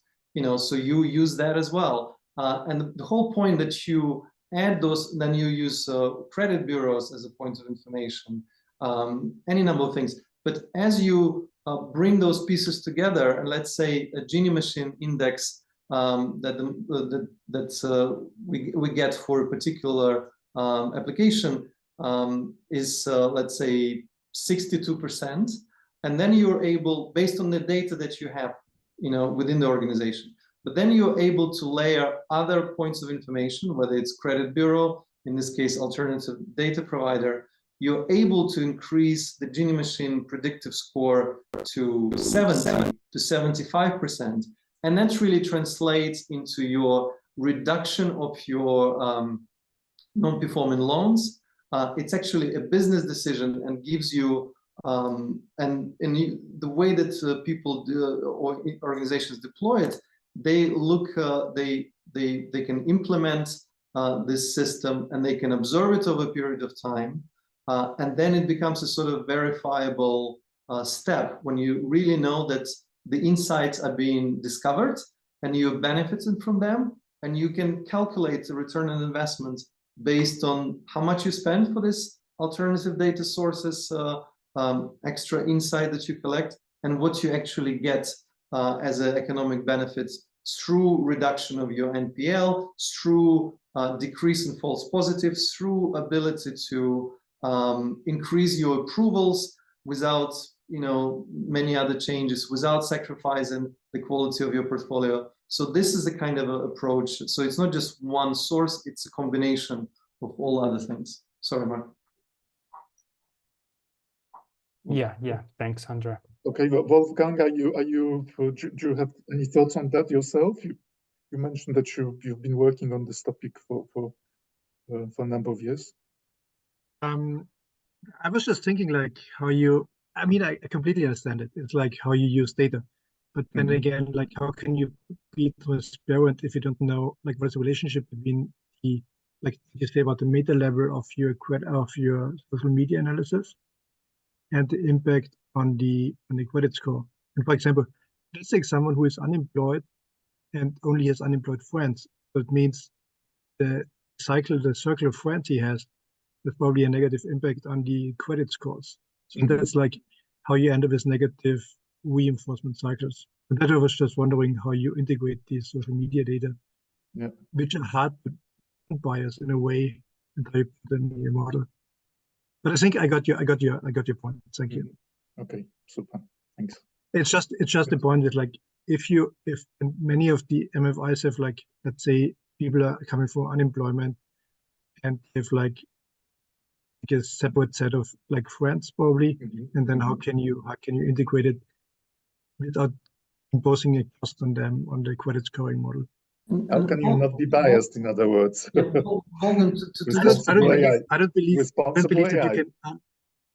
don't believe that you can deep bias the model, but it's I think it's like can I just say, I think it's a very interesting and very important point, because so this aspect of social media presence, your likes or your friends or your comments,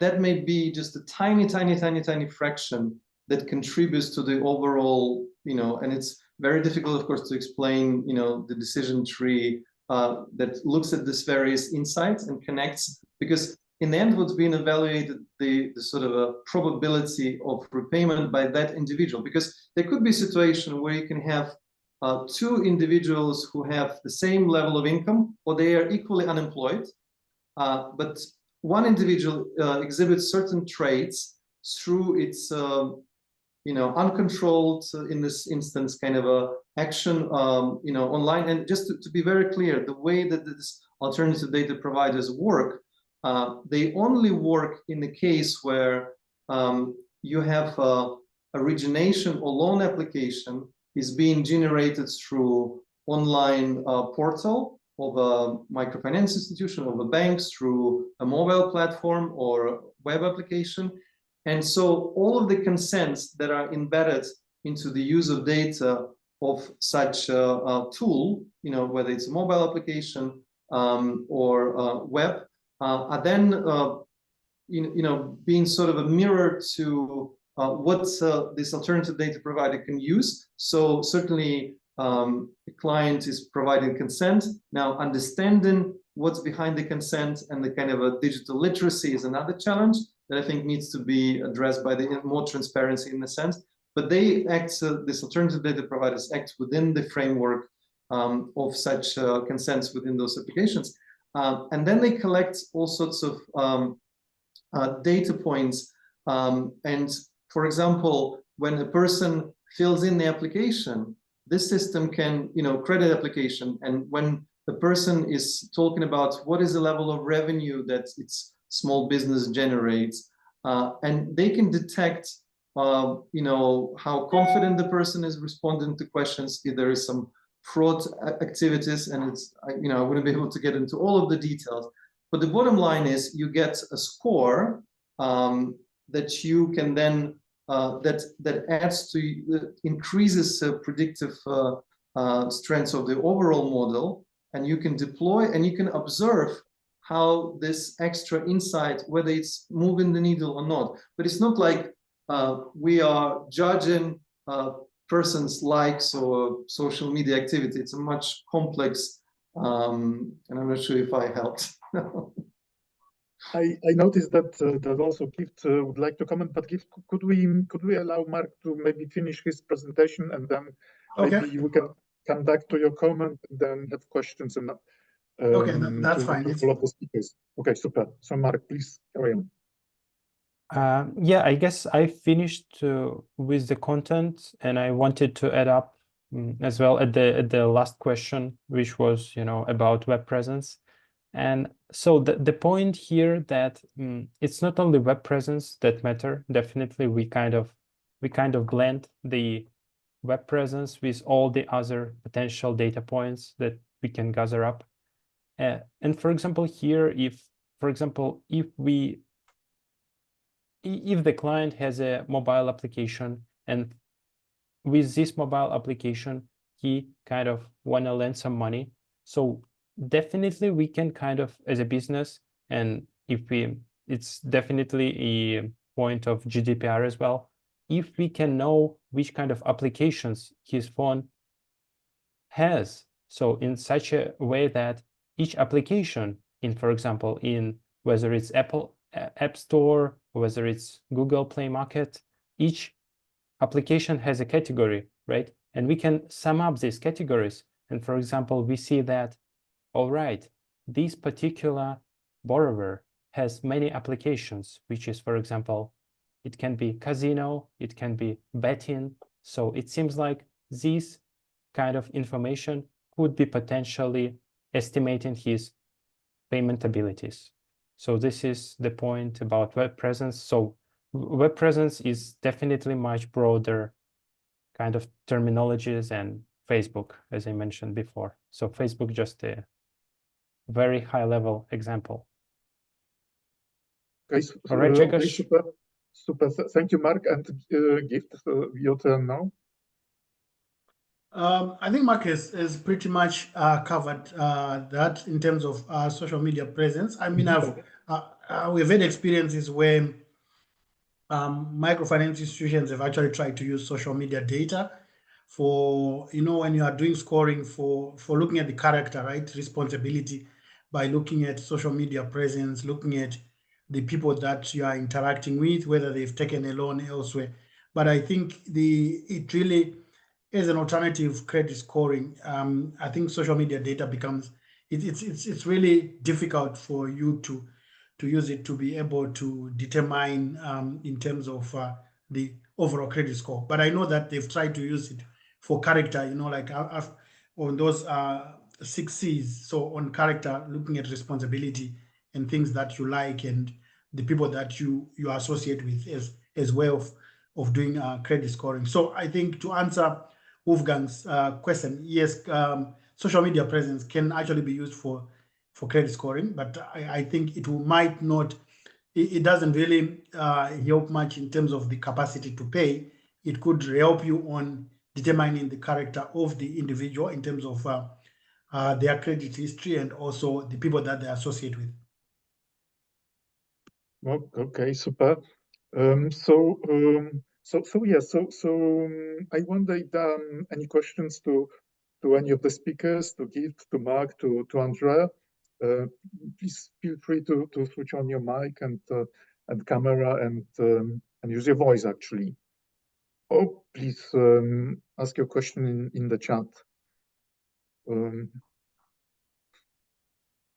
We still have a few minutes to finish off. Maybe I could ask each of you, Wolfgang again. Please go ahead, Wolfgang.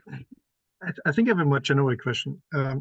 Maybe two related questions. So what we are seeing is that most of the institutions we are working with, they're not banking regulated, using Excel sheets, and they're not having like, I don't know, like cloud-based databases and the pipeline. So it's using, you use macros to get your data from one Excel sheet to another.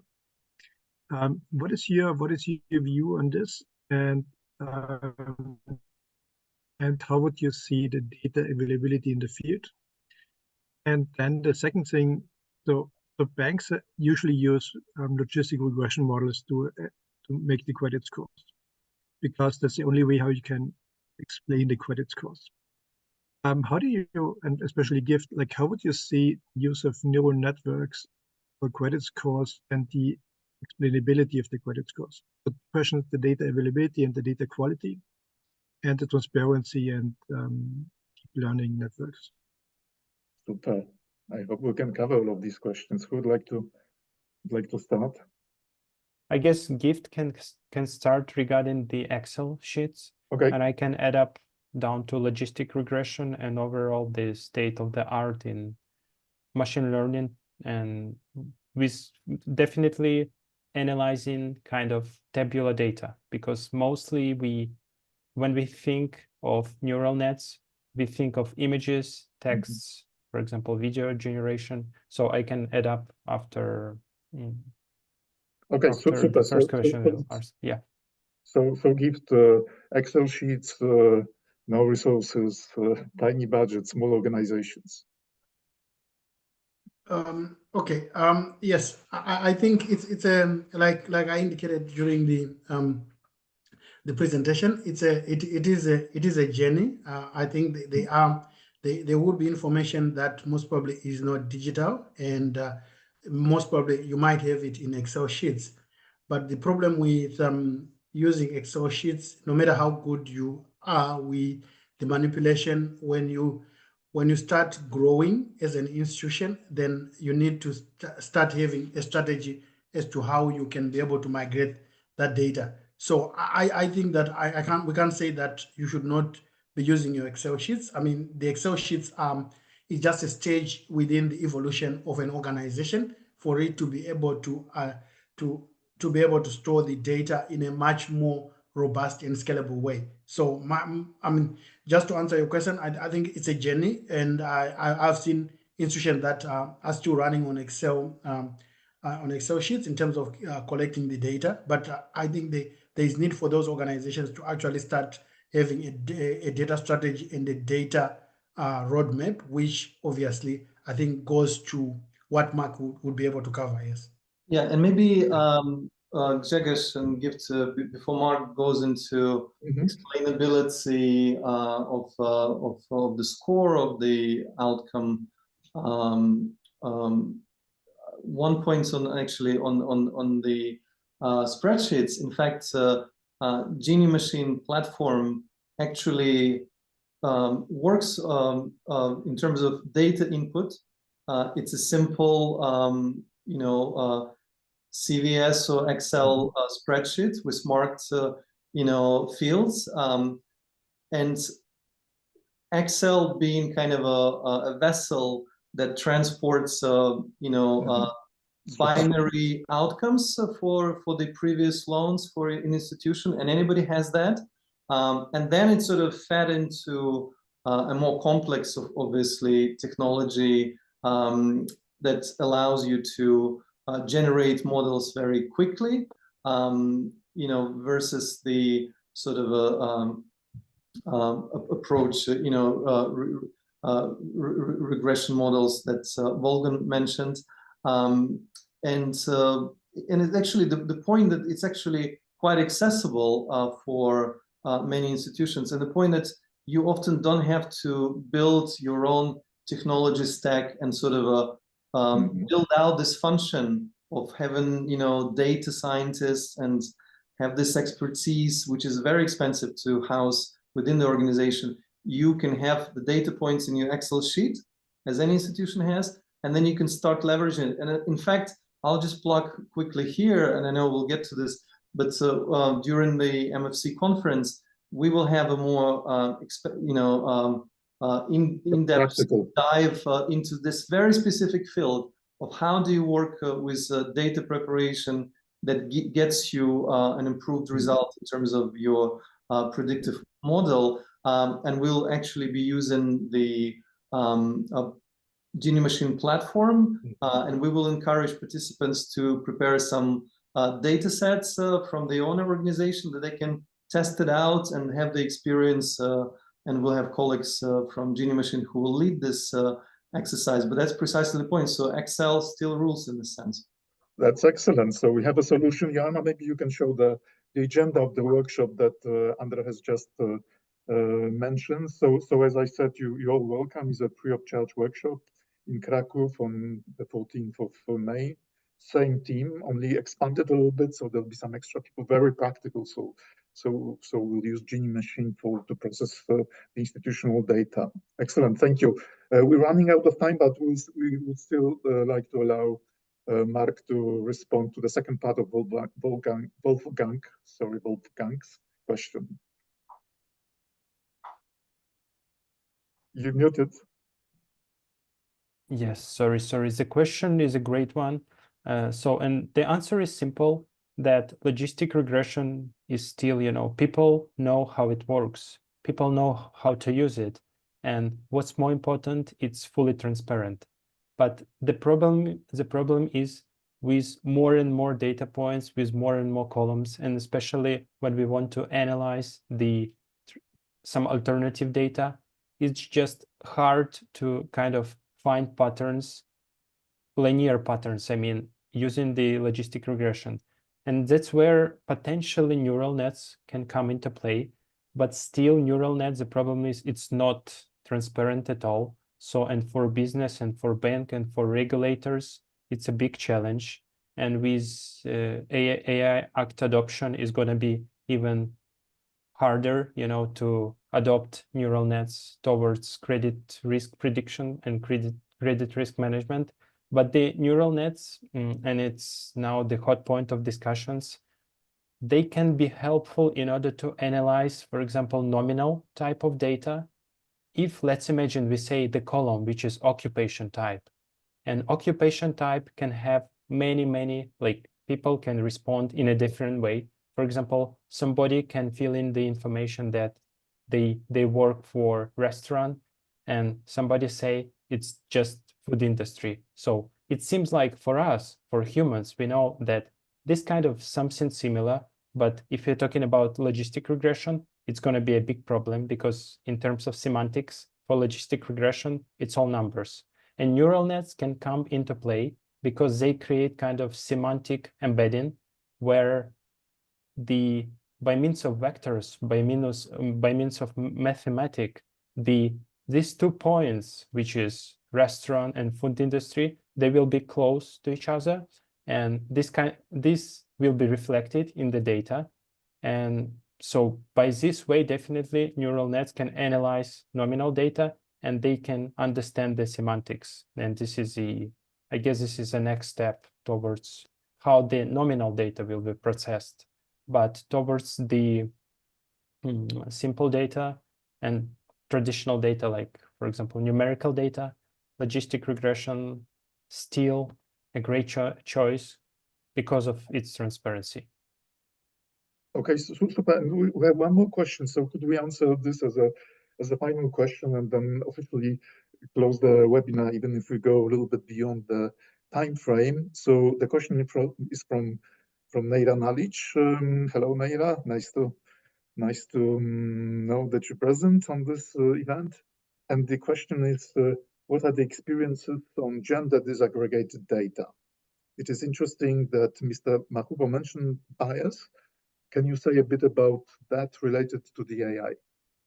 Okay, I'll quickly respond to that, because we've seen it in many institutions. So you'd find most of the data that has been collected over the years is actually for male data. So you'd find in an organization where maybe 70% of the customers are male, what ordinarily tends to happen is that when you use AI, it has got a bias against another gender, which is not part of the data that was used to be able to create the model. So the bias usually comes on the data that you are using. How do you ensure that the data, it does not already contain a bias, especially if you are using with a data set that is not uniform, especially within a market. So we've seen it. It has happened so many times where the data that you are using is in a male-dominated institution. So usually some of the outputs or the insights that you get are biased towards one gender.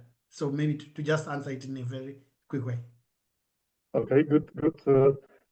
Let me say that Neira is the founder of the first, I think, gender-focused MFI in the region. She has been for many years, for over 20 years, CEO of Nibospo in Bosnia and Herzegovina, and I can see that gender questions and issues are still close to her heart. Very good.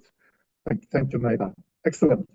I think we have come to the end of this webinar. We've learned really a lot, and I feel very satisfied, and I hope it was also an inspiring event to all of you. So I would like to thank all of the experts. As you noticed, those considerations about responsibility, responsible AI are extremely important, and that's why just we introduce them in all the events that concern AI, and they will actually take up a lot of institutional time, and also they require a lot of thinking by the institutions that support MFIs, associations, other industry stakeholders. It will be a big effort to integrate them in the existing codes of ethics, but I think it's worth doing. I think we all care about fairness in finance, and while discussing new opportunities on increasing financial inclusion, I think those considerations, those ethical and responsible AI considerations are extremely, extremely important. So with that, I would like to thank all of our experts, Gift, Mark, Andre, also Joanna for her support.